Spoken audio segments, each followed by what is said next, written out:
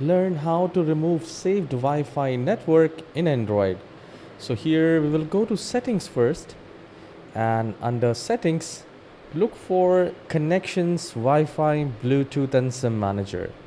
And the moment we click on that, you will find your Wi-Fi.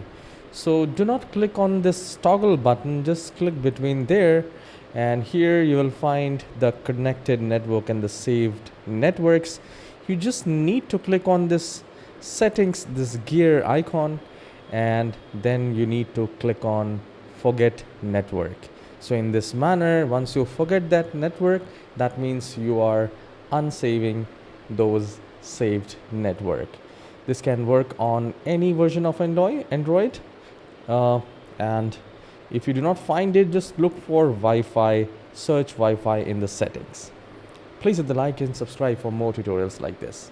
Have a wonderful day.